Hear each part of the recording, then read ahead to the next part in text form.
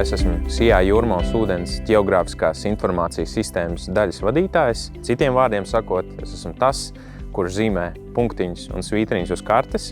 Jūrmālas ūdenies strādāja gandrīz 8 gadus. Šeit es sāku strādāt jau faktiski paralēli savām studijām Rīgas Tehniskajā universitātē.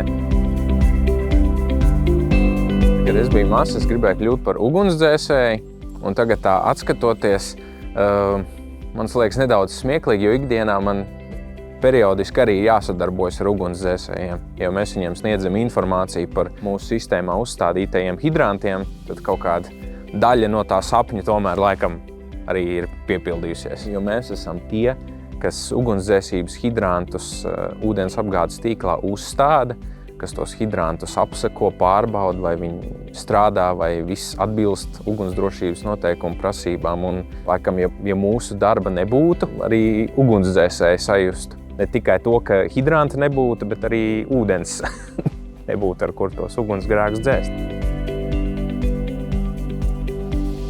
Vidusskolas laikā es gribēju iet studēt adaptroniku, kas ir būtībā saistībā ar robotu būvēšanu. Bet pa ceļam uz Rīgas Tehnisko universitāti, lai iesniegtu dokumentus, es nezinu, man kaut kas pārņēma, un es nolēmu iestāties citā studiju programmā, kas ir siltumgāzes un ūdens tehnoloģijas, jo es biju pārliecināts, ka es strādāšu siltumapgādes nozarē. Mums bija šīs iepazīšanās nodarbības, un viena no tām nodarbībām bija tieši pa ūdens nozari. Un tur stāstīja Sandis Dejs, kas ir mūsu asociācijas vadītājs, par to, cik tur ir forši un feini viss.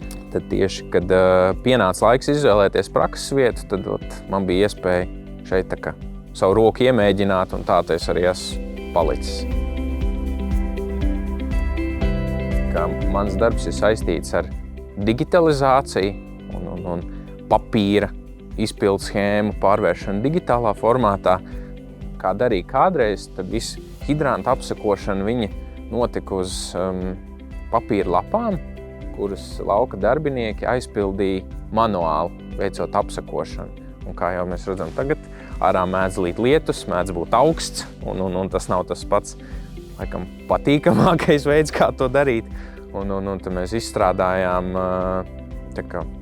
šo apsekošanas formu digitāli, ka viņi uz planšetdatora, tur vienkāršiem jā-nē jautājumiem šīs apsekošanas formas aizpilda, un tas gan viņiem ir ērtāk, ātrāk, un tos rezultātus uzreiz arī redz kolēģi birojā, kad tad sanāk, mēs diezgan daudz laika visiem aiztaupījām, un tā ir tā lieta, kuru ikdienā kolēģi arī turpina izmantot, viņiem patīk to darīt, tā kā tas ir laikam tāds labākais piemērs.